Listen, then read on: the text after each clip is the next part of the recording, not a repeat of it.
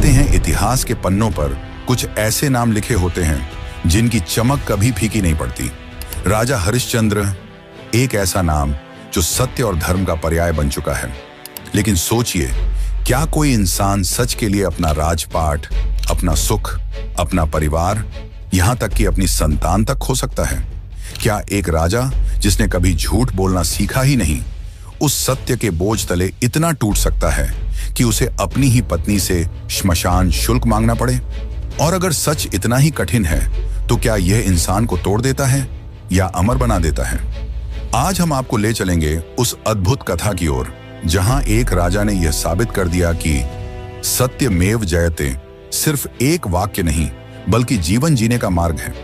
यह सिर्फ कहानी नहीं बल्कि एक ऐसी अग्नि परीक्षा है जहां हर पल सवाल खड़ा होता है, क्या सच में इंसान सत्य के लिए सब कुछ कुर्बान कर सकता है? और अगर हां, तो उसका अंत क्या होता है, विनाश या अमृत? जवाब सुनकर आप भी चौंक जाएंगे, तो इस वीडियो को अंत तक जरूर देखें, क्योंकि जो आप देखने वाले हैं वो आपको अंदर तक हिलाकर रख देगा।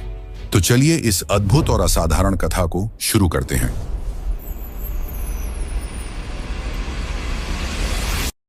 त्रेता युग में इक्ष्वाकु वंश के महान सम्राट राजा हरिश्चंद्र राज्य किया करते थे। यही वही वंश है जिसमें आगे चलकर भगवान श्री राम का जन्म हुआ।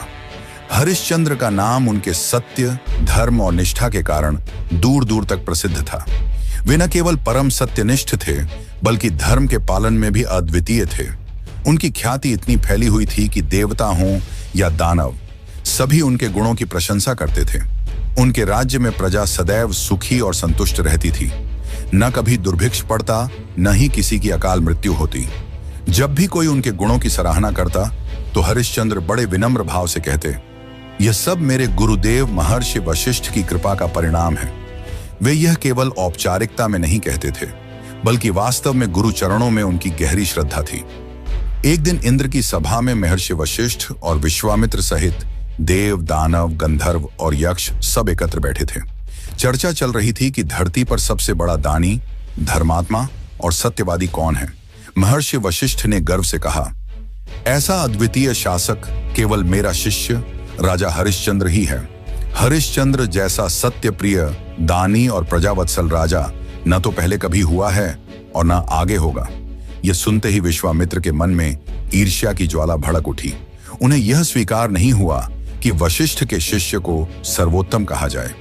उन्होंने क्रोधित होकर कहा, मैं जानता हूं हरिश्चंद्र को, मैं स्वयं उसकी परीक्षा लूंगा, तभी पता चलेगा कि वह वास्तव में कितना धर्मनिष्ठ और सत्यवादी है।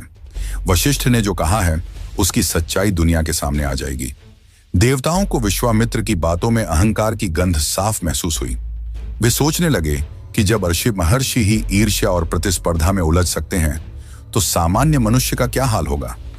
देवराज इंद्र जानते थे कि वशिष्ठ और विश्वामित्र के बीच पहले से ही पुराना वैमनस्य है, इसलिए किसी एक का पक्ष लेना व्यर्थ है। महर्षि वशिष्ठ ने शांति और गंभीरता से उत्तर दिया, आप सही कह रहे हैं विश्वामित्र, परीक्षा ही किसी की असली शक्ति और योग्यता को साबित करती है।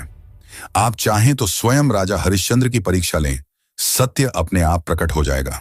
वशिष्ठ की यह बात सुनकर विश्वामित्र की सहन शक्ति जवाब दे गई। वे क्रोध में सभा से उठकर बाहर चले गए, राजा हरिश्चंद्र की परीक्षा लेने और सत्य की असली परख करने के दृढ़ संकल्प के साथ। एक दिन राजा हरिश्चंद्र शिकार के लिए वन में गए हुए थे। अचानक उनके कानों में एक दर्द भरी पुकार गूंज उठी, बचाइए राजन, मेरी रक्षा कीजिए। राजा ने तुरंत घोड़ा रोका और देखा कि सामने एक युवा तपस्विनी दोनों हाथ आकाश की ओर उठाकर रोते हुए रक्षा की गुहार कर रही है। चारों ओर नजर दौड़ाने पर राजा को कोई और दिखाई न दिया। वे आश्चर्यचकित होकर बोले, कौन है जो तुम्हें कष्ट पहुंचा रहा है? मेरे राज्य में इतना साहस किसका हुआ कि वह तुम्हारे वस्त्रों को अग्नि से जलाने की धृष्टता करे? बताओ वह कौन है, मैं अभी उसे अपने बाणों से समाप्त कर दूंगा। तपस्विनी ने रोते हुए उत्तर दिया, राजन, यहां से कुछ ही दूरी पर एक तपस्वी घोर तप कर रहा है। वह अपने तप्पल से मेरी सारी सिद्धियां छीन लेना चाहता है। उसी भय से मैं आपकी शरण में आई हूं। हरिश्चंद्र ने दृढ़ स्वर में कहा, तुम निश्चिंत होकर तप करो। जब तक मैं जीवित हूं मेरे राज्य में कोई अन्याय नहीं होगा। मैं अभी उस पाखंडी को देखता हूं। इतना कहकर वे तुरंत उस दिशा में बढ़ चले। राजा उस तपस्वी के समीप पहुंचे जो आंखें मूंद कर कठोर तप कर रहा था। उसका चेहरा दूसरी ओर था, इसलिए उसने राजा को आते हुए नहीं देखा। हरिश्चंद्र ने क्रोध में ललकारा, दुष्ट, तू अबला स्त्री की सिद्धियां हड़पना चाहता है? दूसरों को पीड़ा देकर की गई तपस्या का क्या मूल्य? तू अवश्य कोई पाखंडी तांत्रिक है, लेकिन जब तक मैं जीवित हूं तेरी यह काली साधना सफल नहीं होगी। उठ, मेरे सामने आ, वरना मेरे बाण तुझे भस्म कर देंगे। राजा की कड़कती वाणी का कोई असर न हुआ तो वे और निकट गए और फिर गरजे। तभी वह तपस्वी आंखें खोलकर खड़ा हुआ। उसका चेहरा क्रोध से लाल था। उसने कहा, राजन, तेरे अहंकार का दंड तुझे अभी मिलेगा। राजा स्तब्ध रह गए, क्योंकि सामने कोई और नहीं, स्वयं महर्षि विश्वामित्र खड़े थे। हरिश्चंद्र तुरंत धनुष बाण नीचे रखकर हाथ जोड़कर बैठ गए और विनम्र स्वर में बोले, भगवान, मुझसे भारी भूल हो गई। अज्ञानवश मैंने अपराध किया। राजधर्म ही है कि प्रजा की रक्षा की जाए, संकट में पड़े व्यक्ति को बचाया जाए। कृपया मुझे क्षमा करें और धर्म के अनुरूप दंड दें। विश्वामित्र राजा की विनम्रता देख शांत हो गए। कुछ क्षण मौन रहकर उन्होंने प्रश्न किया, राजन, बताओ, दान किसे देना चाहिए, रक्षा किसकी करनी चाहिए और युद्ध किससे करना चाहिए? हरिश्चंद्र दृढ़ स्वर में उत्तर दिए, भगवान, निर्धन और असहाय दान के पात्र होते हैं। भयभीत व्यक्ति की रक्षा करना राजा का धर्म है, और जो यज्ञ में विघ्न डाले उससे युद्ध करना क्षत्रिय का कर्तव्य है। विश्वामित्र मुस्कुराए और बोले, तुमने सत्य कहा है। स्त्री की रक्षा करना तुम्हारा अपराध नहीं था, परंतु अब बताओ, क्या तुम मुझे दान दे सकते हो? मैं यज्ञ करना चाहता हूं और मुझे दक्षिणा की आवश्यकता है। हरिश्चंद्र तुरंत बोले, ऋषिवर, आप जो भी चाहेंगे मैं अर्पित करूंगा। सोना, राज्य, पुत्र, यहां तक कि प्राण, सब कुछ आपके चरणों में समर्पित है। विश्वामित्र राजा के इस वचन से स्तब्ध रह गए। उन्होंने गंभीर स्वर में कहा, ठीक है राजन, जब समय आएगा तब मैं तुमसे मांग लूंगा। अभी तुम वापस जाओ और राजकाज संभालो, परंतु अपने वचन को स्मरण रखना। हरिश्चंद्र ने हाथ जोड़कर प्रणाम किया और राजधानी की ओर लौट गए, इस वचन के साथ कि सत्य चाहे कितना भी कठोर क्यों ना हो, वे उससे कभी पीछे नहीं हटेंगे। वन से लौटने के बाद विश्वामित्र के मन में राजा हरिश्चंद्र की परीक्षा लेने की तीव्र इच्छा उठी। उन्होंने सोचा, देखते हैं यह हरिश्चंद्र कितना धर्मनिष्ठ और सत्यप्रिय है। तुरंत ही उन्होंने अपनी दाढ़ी का एक बाल तोड़ा और भूमि पर पटक दिया। उसी क्षण वहां से एक भयानक और विकराल सूअर प्रकट हुआ, जिसकी गर्जना से वन कांप उठा। वह सूअर मानव भाषा में बोला, गुरुदेव, मुझे क्या आज्ञा है? विश्वामित्र ने आदेश दिया, जाओ, अयोध्या जाओ और राजा हरिश्चंद्र के राजकीय उपवन को उजाड़ दो। यदि राजा तुम्हें मारना चाहे तो उससे अपने प्राणों की भीख मांग लेना। सूअर ने प्रणाम किया और बिजली की गति से अयोध्या की ओर बढ़ गया। कुछ ही देर में सूअर ने राजकीय उपवन में प्रवेश कर दिया। वह पेड़ों को जड़ से उखाड़ने लगा, बेलों और फूलों को रौंदने लगा। सैनिकों ने उसे रोकने की भरपूर कोशिश की, बाण चलाए, भाले फेंके, पत्थर और डंडे तक उठाए, पर उस पर कोई असर नहीं हुआ। उल्टे उसकी भयावह गर्जना सुनकर सभी सिपाही भयभीत होकर भाग खड़े हुए। अंत में रक्षकों के नायक ने उपनायक से कहा, यह दैत्य समान सूअर हमारे नियंत्रण से बाहर है। राजा को इसकी सूचना तुरंत दी जानी चाहिए।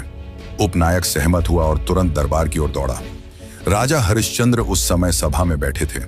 उपनायक ने घबराते हुए फरियाद की, महाराज की जय हो, एक विकराल सूअर राजकीय उपवन में घुस आया है और सब कुछ तहस नहस कर रहा है।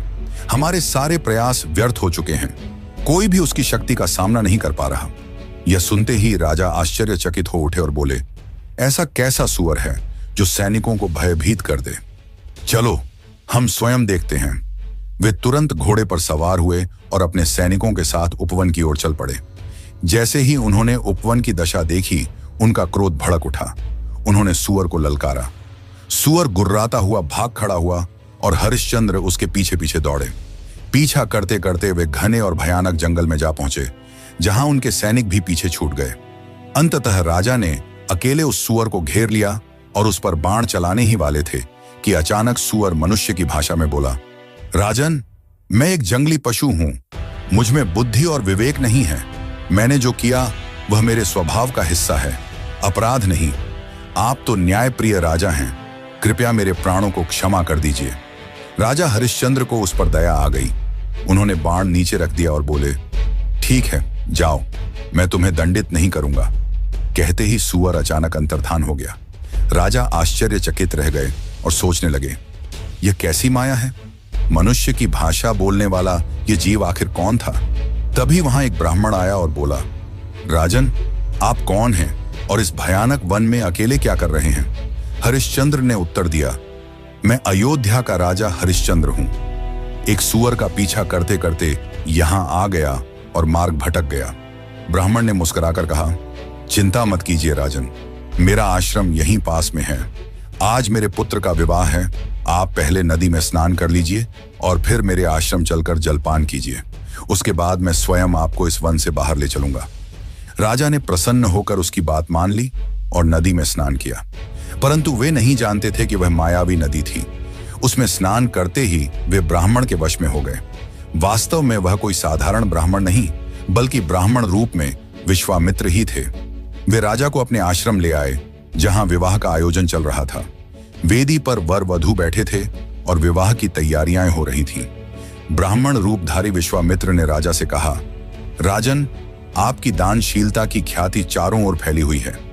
महर्षि वशिष्ठ तक ने देव सभा में आपकी उदारता की प्रशंसा की थी। आज इस विवाह के अवसर पर आप भी कुछ दान दें। हरिश्चंद्र ने कहा, भगवान, जो भी आप चाहेंगे मैं अवश्य दूंगा। विश्वामित्र ने गंभीरता से कहा, यदि मैं अपने पुत्र के लिए आपका राज्य ही मांग लूं तो? हरिश्चंद्र तनिक भी विचलित न हुए और मुस्कुराते हुए बोले, विप्रवर, आप जो भी मांगेंगे वह मैं अर्पित कर दूंगा। राज्य ही चाहिए तो वह भी आपके पुत्र का है। यह सुनकर विश्वामित्र ने तत्काल राज्य दान में ले लिया और कहा, राजन, शास्त्रों में कहा गया है कि दान के साथ दक्षिणा भी देनी चाहिए, अतः अब मुझे सोने की दक्षिणा भी चाहिए। हरिश्चंद्र ने बिना किसी हिचक के सहमति दी। तभी उनके सैनिक उन्हें ढूंढते हुए वहां पहुंच गए। विश्वामित्र से अनुमति लेकर राजा अपने सैनिकों के साथ राजधानी लौट गए, लेकिन अब वे अपने ही राज्य को किसी और को दान कर चुके थे।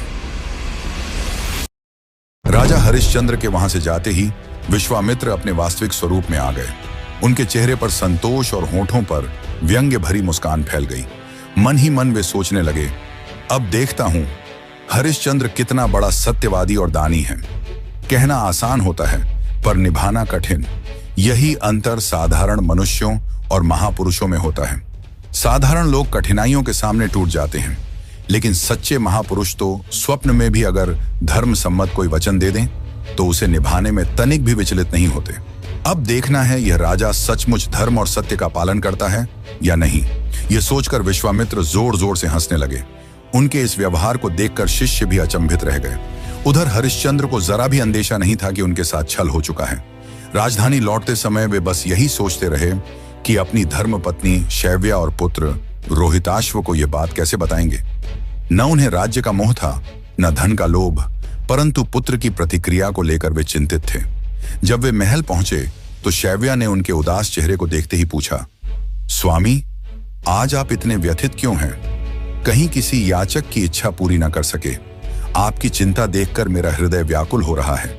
राजा ने भारी मन से उत्तर दिया, प्रिय, वन में एक तपस्विनी के आग्रह पर मैंने अपना सर्वस्व दान कर दिया है। यही कारण है कि व्याकुल हूं। अब तुम्हें और रोहिताश्व को सेवक की तरह कैसे रखूंगा? यह सुनकर शैव्या की आंखों में क्षण भर के लिए आश्चर्य झलका, पर फिर मुस्कुराकर बोली, नाथ, यह तो आनंद का विषय है। राज्य के प्रपंचों में बंधकर हम स्मरण भूल गए थे। अब हमें पूरा समय भक्ति और सत्य के मार्ग पर चलने को मिलेगा। रोहिताश्व ने भी पिता का समर्थन किया। इससे राजा का मन कुछ हल्का हुआ। अगले दिन दरबार में राजा सिंहासन पर बैठे ही थे कि विश्वामित्र वहां आ पहुंचे। उनके आगमन पर सभी सभासद खड़े होकर सम्मान में झुक गए। विश्वामित्र ने गर्व से कहा, राजन, मुझे पहचाना? कल वन में ब्राह्मण वेश में मैं ही तुमसे मिला था। तुमने अपने पुत्र के विवाह में मुझे अपना संपूर्ण राज्य दान में दिया था। अब अपने वचन का पालन करो और यह राज्य छोड़ दो। साथ ही दान के साथ दक्षिणा स्वरूप 2.5 भार सोना भी मुझे चाहिए।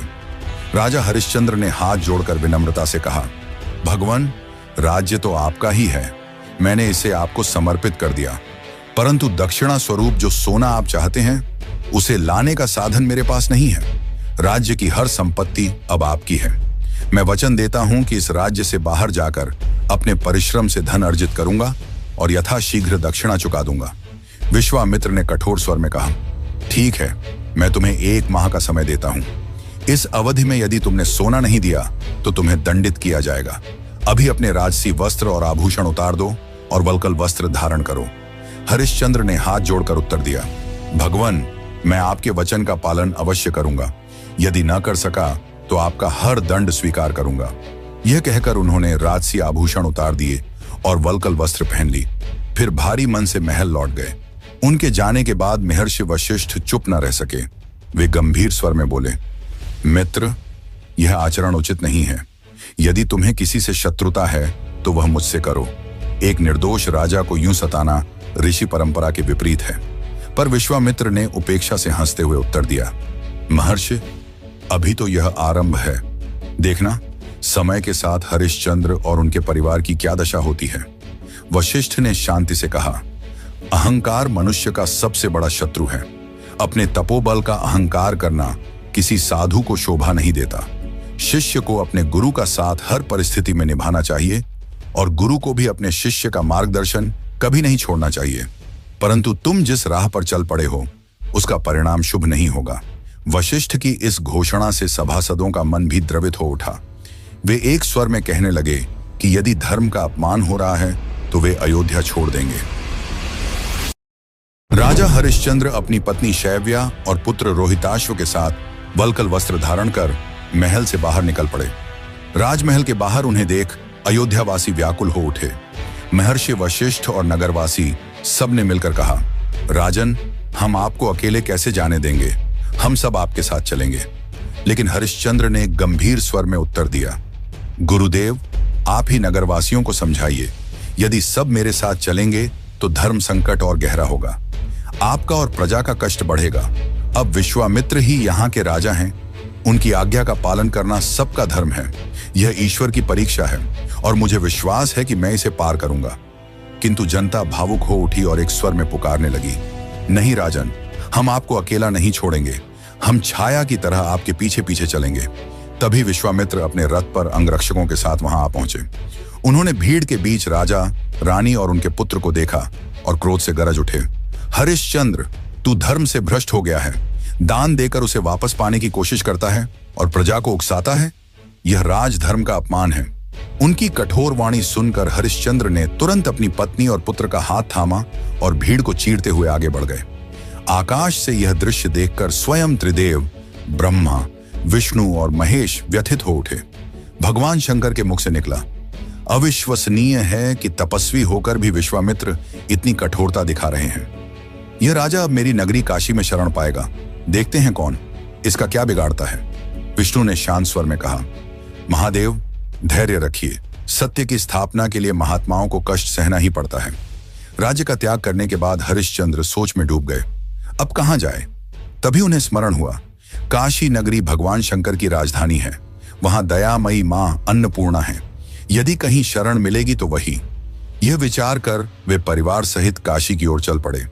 कई दिनों की कठिन यात्रा के बाद वे वहां पहुंचे। उनके पांव छिल गए थे, खून बह रहा था, वस्त्र फटे और मैले हो चुके थे। चेहरों पर भूख प्यास की थकान साफ झलक रही थी। लेकिन राजा का धैर्य अडिग रहा। वे जानते थे कि धर्म की असली परीक्षा विपत्ति में ही होती है। काशी में कोई उन्हें पहचानता न था। वे गंगा के किनारे पहुंचे, जल पिया और थककर बैठ गए। तभी रोहिताश्व ने पास बैठे एक कुत्ते को रोटी खाते देखा और मासूम स्वर में बोला, मां, मुझे भी भूख लगी है। यह सुनते ही शैव्या का हृदय टूट गया। उसने बच्चे को छाती से लगा लिया और आंसू बहाने लगी। अपने पुत्र का कष्ट देखकर हरिश्चंद्र का धैर्य भी डगमगा उठा। उन्होंने बच्चे को बहलाने के लिए गंगा में तैरते हंस दिखाए, पर भूख से व्याकुल बालक बार बार रोटी की मांग करता रहा। अंततः राजा ने कहा, शैव्या, चलो मां, अन्नपूर्णा के मंदिर में चलते हैं। वहां प्रसाद मिलेगा जिससे रोहिताश्व की भूख शांत हो जाएगी। उसी समय मां अन्नपूर्णा स्वयं एक वृद्धा का रूप धारण कर घाट पर प्रकट हुई। उन्होंने रोते हुए बालक को देखा और पूछा, यह क्यों रो रहा है? हरिश्चंद्र ने विनम्रता से कहा, मां, हम परदेसी हैं, नगर में किसी को नहीं जानते। यह बच्चा भूखा है। और हमारे पास देने को कुछ नहीं। वृद्धा मुस्कुराकर बोली, मेरे पास अन्नपूर्णा का प्रसाद है। प्रसाद सबका समान अधिकार है, इसे ग्रहण करने में संकोच मत कीजिए। शैव्या ने मौन सहमति दी। वृद्धा ने प्रसाद दिया, जिससे रोहिताश्व का पेट भर गया और राजा रानी को भी थोड़ी तृप्ति मिली। फिर भी दिन भर वे नगर में भटकते रहे, परंतु कहीं कोई काम न मिला। थक हार कर वे बाजार के किनारे बैठ गए। तभी हरिश्चंद्र ने गहरी चिंता में कहा, प्रिय, आज 1 माह पूरा हो रहा है। यदि मैं सूर्यास्त तक विश्वामित्र को दक्षिणा न दे पाया तो मेरा सत्य वचन असत्य हो जाएगा। शैव्या ने सांत्वना दी, स्वामी, विश्वास रखिए, भगवान शिव अवश्य आपकी सहायता करेंगे। सत्य की रक्षा के लिए काशी नगरी में कोई मार्ग अवश्य निकलेगा। इसी बीच थोड़ी दूरी पर विश्वामित्र खड़े यह सब देख रहे थे। उनके चेहरे पर कुटिल मुस्कान फैल गई। वे आगे बढ़े और राजा रानी से कठोर स्वर में बोले, तो यहां बैठे हो तुम? मैंने तुम्हें नगर भर ढूंढा और तुम चैन से यहां हो। याद है ना हरिश्चंद्र, आज 1 माह पूरा हो गया है। सूर्यास्त से पहले मेरी दक्षिणा चाहिए, अन्यथा परिणाम भुगतने के लिए तैयार रहो। राजा ने हाथ जोड़कर उत्तर दिया, भगवान, सूर्यास्त से पहले ही मैं आपको दक्षिणा दूंगा, कृपया धैर्य रखें। विश्वामित्र ने कठोर हंसी के साथ कहा, ठीक है, मैं लौट कर आऊंगा। याद रखना, समय निकल गया तो दंड अवश्य मिलेगा। यह कहकर वे वहां से चले गए और हरिश्चंद्र का हृदय और भी भारी हो गया।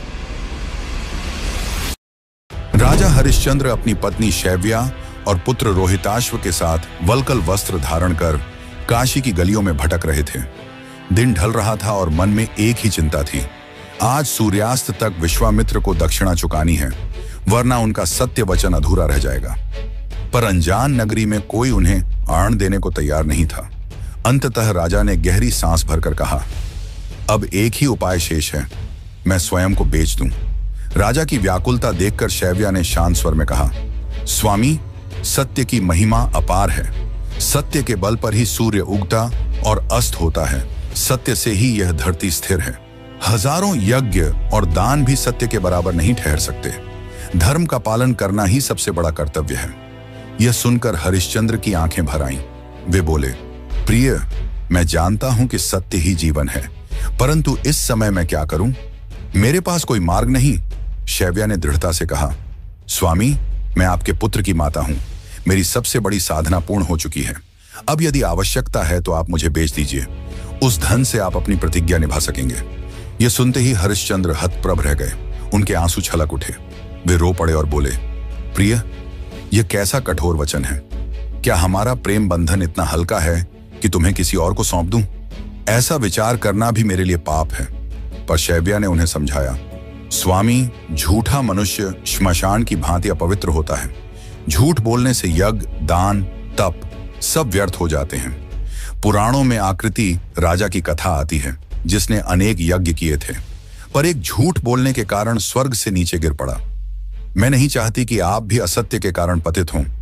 आप मेरी बात मान लीजिए और मुझे बेचकर सत्य की रक्षा कीजिए। उसी समय रोहिताश्व ने मासूम स्वर में कहा, मां, मुझे भूख लगी है। पिताजी रो क्यों रहे हैं? क्या उन्हें भी भूख लगी है? पुत्र की मासूमियत ने राजा का हृदय छलनी कर दिया। उन्होंने व्याकुल होकर कहा, ठीक है, यदि यही सत्य की राह है तो मैं यह भी करूंगा। मैं तुम्हें, रोहित को और स्वयं को भी बेच दूंगा, पर अपने वचन से नहीं हटूंगा। सत्य ही मेरा प्राण है। राजा ने नगर में पुकारना शुरू किया, हे नगरवासियों, मेरी बात सुनो। मत पूछो मैं कौन हूं, बस इतना जान लो कि मैं विवश होकर अपनी पत्नी और पुत्र को बेचना चाहता हूं। यदि किसी को दासी या सेवक की आवश्यकता हो तो उन्हें खरीद सकता है। लोग स्तब्ध रह गए। तभी एक वृद्ध ब्राह्मण आगे बढ़ा और बोला, मुझे एक दासी चाहिए। मेरी पत्नी अस्वस्थ है और घर का काम नहीं कर पाती। बोलो, इसका क्या मूल्य है? हरिश्चंद्र ने पीड़ा भरे स्वर में कहा, भगवान, मैं अपनी धर्मपत्नी का मूल्य नहीं बता सकता। जो आपको उचित लगे वह दे दीजिए। उसी क्षण ब्राह्मण वेश में खड़े विश्वामित्र ने पोटली आगे बढ़ाई और बोला, इसके लिए मैं 1 भार सोना दूंगा। विवश राजा ने वह धन स्वीकार कर लिया। शैव्या की आंखों में आंसू छलक आए। तभी रोहिताश्व ने मां का आंचल पकड़ लिया और जोर से रोने लगा। ब्राह्मण ने झुंझलाकर कहा, अरे लड़के, छोड़ दे इसका पल्लू। मैंने तेरी मां को खरीदा है, तुझे नहीं। शैव्या ने बेटे को सीने से लगाकर कहा, पुत्र, तू पिता के साथ रहना। मैं तो अब दासी हूं, परंतु यदि दया हो तो इस बालक को भी खरीद लीजिए, इससे मेरा मन विचलित नहीं होगा। पहले तो ब्राह्मण ने इनकार किया, पर शैव्या के वचन और आंसुओं ने उसका हृदय पिघला दिया। उसने और एक भार सोना देकर रोहिताश्व को भी खरीद लिया और उसे पास खड़ी वृद्धा की देखभाल में सौंप दिया। ब्राह्मण वेशधारी विश्वामित्र दोनों को लेकर चला गया और फिर अपने वास्तविक रूप में राजा के सामने आ खड़ा हुआ। उन्होंने कठोर स्वर में कहा, राजन, सूर्यास्त होने ही वाला है, अब बताओ मेरी दक्षिणा का क्या हुआ? हरिश्चंद्र की आंखों में आंसू थे, हृदय में शोक का सागर उमड़ रहा था, पर सत्य से विचलित नहीं हुए। उन्होंने पोटली आगे बढ़ाई और बोले, ऋषिवर, यह लीजिए, मैंने अपनी पत्नी और पुत्र को बेचकर यह धन प्राप्त किया है। मैं सूर्यवंशी हूं, अपने प्राण दे सकता हूं, पर वचन नहीं तोड़ सकता। विश्वामित्र ने धन की पोटली उठाई, पर तिरस्कार से कहा, यह धन बहुत कम है, इससे दक्षिणा पूरी नहीं होती, और धन लाओ वरना परिणाम भुगतो। यह कहकर वे क्रोध में चले गए। अब सूर्यास्त होने में थोड़ा ही समय शेष था। निराश होकर हरिश्चंद्र नगर में स्वयं को बेचने निकल पड़े, पर किसी ने उन्हें नहीं खरीदा। अंततः वे श्मशान पहुंचे। वहां धर्म ने चांडाल का रूप धरकर कहा, अरे कौन हो तुम, यहां क्यों आए हो? राजा ने हाथ जोड़कर उत्तर दिया, भाई, सूर्यास्त से पहले मुझे बेच लो, मैं तुम्हारी सेवा करूंगा। बदले में इतना धन दे दो कि मैं दक्षिणा चुका सकूं। चांडाल बोला, मैं प्रवीण नामक चांडाल हूं, मेरा काम मुर्दों का कफन लेना और उन्हें जलाना है। यदि तुम्हें चाहिए तो मैं एक भार सोना दे सकता हूं। हरिश्चंद्र ने तुरंत सहमति दी। चांडाल ने उन्हें अपना दास बना लिया और एक भर सोना दिया। उसी समय विश्वामित्र फिर क्रोध से वहां आ पहुंचे और बोले, हरिश्चंद्र, अब भी क्या तू मेरी दक्षिणा चुकाने में असफल है? हरिश्चंद्र हाथ जोड़कर बोले, भगवान, यह लीजिए, मैंने स्वयं को बेचकर यह धन प्राप्त किया है। मैं सूर्यवंशी हूं, अपने प्राण दे सकता हूं, पर वचन नहीं तोड़ूंगा। विश्वामित्र ने सोने की पोटली उठाई और व्यंग्य भरी मुस्कान के साथ वहां से चले गए। राजा हरिश्चंद्र अब चांडाल के दास बन चुके थे। वे दिन रात श्मशान घाट पर शवों का दाह संस्कार करवाते और नियम पूर्वक चांडाल का कर वसूल करते। जलती चिताओं के बीच वे हर दिन जीवन का अंतिम सत्य देखते। लोग रोते पीटते आते, अपने प्रियजनों को मुखाग्नि देकर लौट जाते। राजा सोचते, संसार का यही अंत है, यहां सबका एक ही ठिकाना है। इस दृश्य ने उन्हें और अधिक विरक्त कर दिया। विपत्ति ने उनके धैर्य को और दृढ़ बना दिया और वे निरंतर भगवान का स्मरण करते हुए अपने कर्तव्य का पालन करते रहे। उधर महारानी शैव्या ब्राह्मण के घर में कठोर परिश्रम करती और पुत्र रोहिताश्व को भी काम करना पड़ता। एक दिन बालक फूल तोड़ने बगीचे में गया, जहां उसे एक विषैले सर्प ने डंस लिया। कुछ ही पलों में उसका प्राणांत हो गया। पुत्र का शव देखकर शैव्या विलाप करने लगी, पर सांत्वना देने वाला कोई न था। उसने शव को गोद में उठाया और ब्राह्मण से विनती की कि अंतिम संस्कार के लिए कुछ धन दे दे ताकि कफन का प्रबंध कर सके, पर ब्राह्मण ने निर्दयता से मना कर दिया। विवश होकर शैव्या अपने पुत्र के शव को उठाए श्मशान की ओर बढ़ी। श्मशान पर हरिश्चंद्र अपने कर्तव्य में लगे थे। तभी उन्होंने एक स्त्री को देखा जो अपने पुत्र का शव ले आई थी। नियम के अनुसार उन्होंने कहा, देवी, बिना कर चुकाए यहां किसी का भी दाह संस्कार नहीं हो सकता, चाहे वह आपका पुत्र ही क्यों न हो। यह सुनकर शैव्या ने सिर उठाया और जैसे ही हरिश्चंद्र ने उसके चेहरे को देखा, उनके पैरों तले जमीन खिसक गई। वह उनकी पत्नी थी और शव उनका इकलौता पुत्र रोहिताश्व। क्षण भर को राजा की आंखों से आंसू झरने लगे। उन्होंने छाती पर पत्थर रखकर कहा, देवी, मैं जानता हूं यह हमारा पुत्र है, पर मैं दास हूं। मेरे स्वामी का आदेश है कि बिना कर लिए किसी का दाह संस्कार न हो। धर्म मुझे कर्तव्य निभाने से रोकता नहीं। शैव्या फूट फूट कर रोते हुए बोली, स्वामी, मैंने पहले ही अपनी साड़ी का आधा भाग फाड़कर पुत्र को लपेटा है, अब शेष आधा ही बचा है। यदि यही कर मानते हो तो ले लीजिए और हमारे पुत्र का दाह संस्कार कीजिए। हरिश्चंद्र का हृदय कांप उठा। पति पत्नी एक दूसरे की ओर देखते रहे और रोते रोते अपने पुत्र को अंतिम विदाई देने लगे। तभी श्मशान में अद्भुत प्रकाश फैल गया। बिजली सी चमकी और देवगण आकाश से उतर आए। चांडाल अचानक धर्मराज के रूप में प्रकट हो गए। उनके साथ स्वयं महर्षि विश्वामित्र भी थे। विश्वामित्र ने आगे बढ़कर हरिश्चंद्र को गले लगा लिया और बोले, राजन, यह सब एक परीक्षा थी। देवताओं ने तुम्हारी सत्य निष्ठा को परखना चाहा था और तुमने हर कसौटी पर स्वयं को अडिग साबित किया। तुमने सत्य के लिए अपने प्राण, अपना राज्य, अपनी पत्नी और पुत्र तक त्याग दिए, पर अपने वचन से कभी नहीं डिगे। इसी क्षण आकाशवाणी हुई, राजा हरिश्चंद्र, तुम्हारा नाम युगों युगों तक सत्य का प्रतीक बनकर गूंजता रहेगा। जब हरिश्चंद्र ने आंसुओं से भीगे नेत्रों से देखा तो उनका पुत्र रोहिताश्व पुनः जीवित उनके सामने खड़ा था और शैव्या राजसी वेशभूषा में दमक रही थी। धर्मराज मुस्कुरा रहे थे और विश्वामित्र ने उनका खोया हुआ राज्य भी लौटा दिया। हरिश्चंद्र अयोध्या लौटे और वर्षों तक सत्य और धर्म की आधारशिला पर प्रजा की सेवा करते रहे। लेकिन यह कथा सिर्फ एक राजा की नहीं, बल्कि एक आदर्श की है। सच्चाई और ईमानदारी की पहचान तब होती है जब आपके पास असत्य का सहारा लेने के सारे अवसर हों, जब परिस्थितियां आपको मजबूर करें और फिर भी आप डिगे नहीं। राजा हरिश्चंद्र ने दिखा दिया कि सत्यमेव जयते केवल एक वाक्य नहीं, बल्कि जीवन जीने का मार्ग है। और जब तक धरती पर सत्यप्रिय लोग रहेंगे, तब तक स्वर्ग और देवता भी उनका जयगान करते रहेंगे।